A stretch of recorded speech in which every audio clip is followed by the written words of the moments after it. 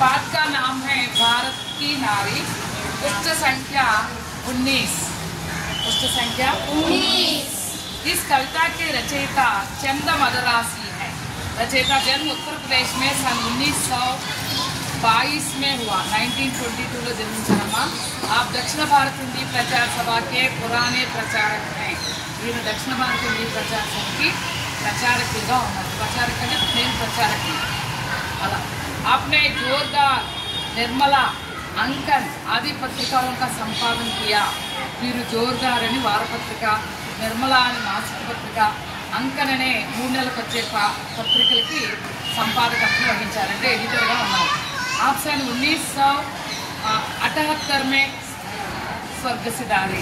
1978 లో పాపం చనిపోయారు। इस कविता में कवि भारत की नारी की महानता के बारे में कहते हैं।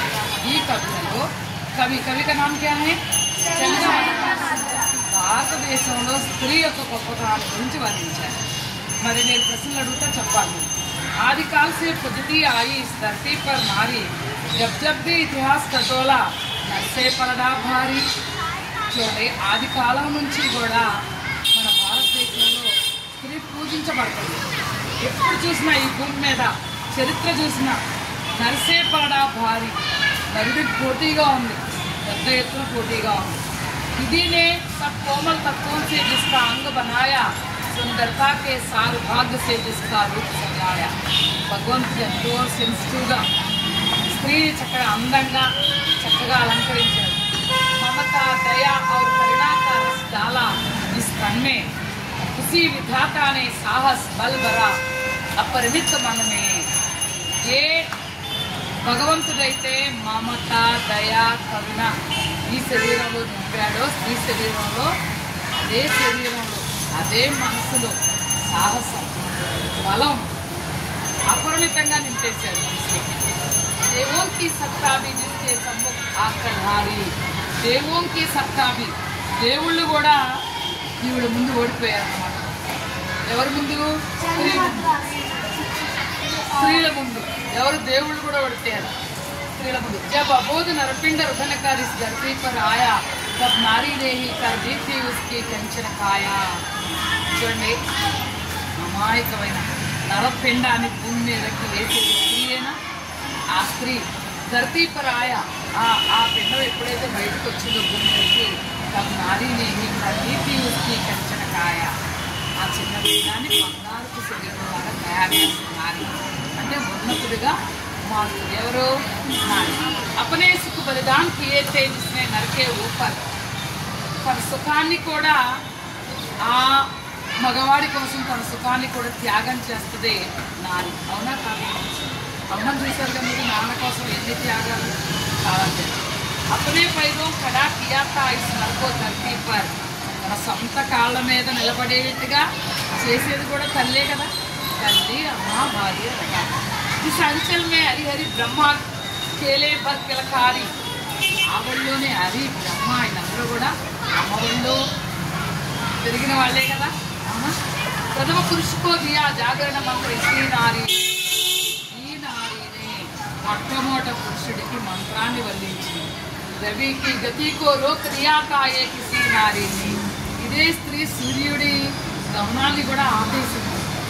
असुरों से रक्षा करने को यही नारी मुक्ताई, ఇదే స్త్రీ రాక్షసుల బారి నుంచి కాపాడడానికి సత్యభామలాగా అవకాశం చంపేసింది।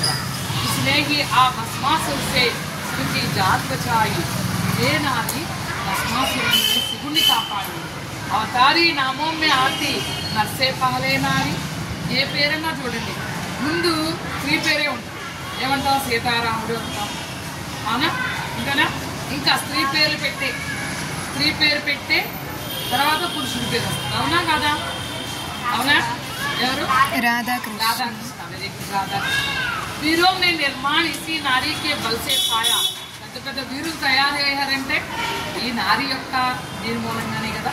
పురుషోं के उत्थान मार्ग में अपना हाथ बढ़ाया, పురుషుడు ఎవరైనా ఉన్నత మార్గంలోకి వెళ్ళాడు అంటే ఎవరి హస్తం ఉంది అక్కడ? స్త్రీ హస్తం। ప్రియా పుప్పత్ సే కీచ్ సుపద పర్ దే ప్రకాడనా నరకో, ఎవరైనా నరుడు చెడ్డ మార్గంలోకి వెళ్ళిపోతున్నాడు అనుకోండి, మంచి మార్గంలో లాక్కొచ్చేది కూడా रहकर नर के साथ मिलाती नारी ही ईश्वर को, नर के साथ मिलाती नारी ही ईश्वर को, భగవంతుని కూడా నరుల్లాగా మార్చేసి ये స్త్రీ यह तन भी मिट्टी बन जाता छूट जाए जब नर नारी. చూడండి అసలు ఈ శరీరం కూడా మట్టిలాగా అయిపోద్ది ఎప్పుడు నరనారి కనుక లేరు అనుకోండి ఏమవుద్ది అసలు శరీరాలే ఉండవు కదా. కాబట్టి నారీనే అతనే హాథోं में जब तलवार उठाई, నారీ ఎప్పుడైతే తన చేతుల్లో కత్తి తీసుకుందో उसकी శక్తి देखकर खुद से అది సేనా घबराई, ఆమె శక్తిని చూసి సైన్యం కూడా కంగారు పెడుతుంది. अब भी गूंज रही कानों में बीजापुर की रानी, ఇప్పటికీ చెవుల్లో ప్రతిధ్వనిస్తుంది బీజాపూర్ రాణి. सन 57 में आई थी झांसी की मर्दानी. అప్పుడు सन 57 అంటే 1857లో ఎవరి ఇది ఉంది, ఝాన్సీ రాణిదే హయాం అవుతా కూడా. నరికే హర్ కామో మే ఖందా దేతి ఆయి నారు, నరుడు యొక్క ప్రతి పనిలోనూ చేయూతనిస్తుంది స్త్రీ. జబ్ తక్ గృహిణి నహీ గేహు మే గృహిణి సోనా లగ్తా. చూడండి గృహిణి లేదనుకోండి ఆ ఇల్లంతా ఎలా ఉంటుంది, శూన్యంగా ఉంటుంది. గృహిణికి ఆతే హీ వగర్ జగమగ్ కర్నే లగ్తా. ఆ గృహిణి రాగానే ఇల్లంతా సందర్శన. అమ్మ లేకుండా ఇంట్లో మనం ఒక క్షణం ఉండగలము, అసలు శూన్యంగా ఉంటుంది. అర్ధాంగికి బినా మనిషి రాతా సదా అధూరా. భార్య లేకుండా మనిషి కూడా అసంపూర్తిగానే ఉంటారు. కోయి కర్మ బినా నారీకే హువా నా అబ్తక్ పూరా. చూడండి ఏ పని చేపట్టినా స్త్రీ అది అవ్వకుండా ఎప్పుడు లేదు. ఆ పని చేయడానికి నిద్రపోదు. समझ में आया बच्चों? पाठ का नाम क्या है? भारत नारी ఎంత శక్తివంతురాలు అర్థమైంది. अच्छा बच्चों धन्यवाद.